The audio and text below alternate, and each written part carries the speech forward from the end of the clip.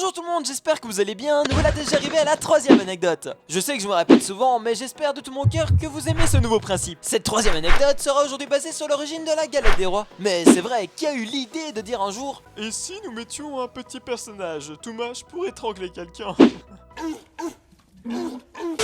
Bref, c'est parti pour cette troisième vidéo d'anecdote sur cette chaîne YouTube.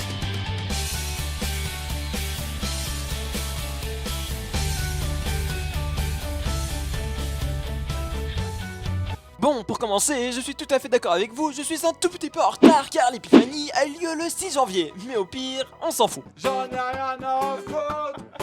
L'origine de cette fête remonte lors des Saturnales de l'Antiquité romaine. Des fêtes se déroulaient durant cette période pour célébrer le dieu Saturne, d'où le nom de cette fête Saturnale. À cette époque, l'homme le plus âgé de la maison était considéré comme étant le maître. Même si je sais que ce grade n'a plus beaucoup de sens aujourd'hui, il faut savoir qu'à l'époque, la personne maître de la maison avait le droit de vie ou de mort sur l'ensemble de sa famille. J'en ai rien à foutre.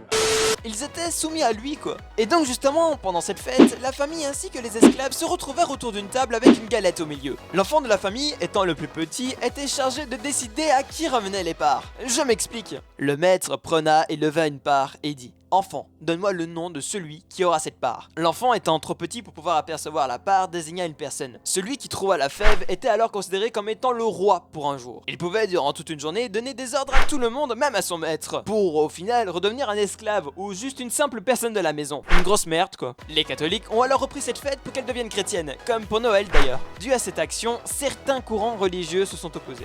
L'église a alors décidé de faire de la fève, qui était à la base pour les Romains une simple graine, un enfant Jésus qui fut remplacé en 1789 par un bonnet phrygien pour symboliser la révolution. Personnellement, j'ai souvent eu la chance d'être roi. Si je devais donner un chiffre, je dirais que je l'ai été au moins 6 ou 7 fois. Et vous, combien de fois l'avez-vous été? N'hésitez pas à me l'inscrire dans les commentaires. Merci à vous d'avoir regardé cette vidéo et également à ma soeur Virginie pour l'aide des recherches. J'espère qu'elle vous aura plu, si c'est le cas n'hésite pas à laisser un j'aime, à la partager et également à t'abonner à la chaîne. Si tu as une idée ou plusieurs idées d'anecdotes pour la prochaine vidéo, n'hésite pas à les inscrire dans les commentaires. Sur ce, je vous souhaite à tous une très bonne fin de journée ou soirée et vous donne rendez-vous demain pour une prochaine vidéo. Ciao tout le monde!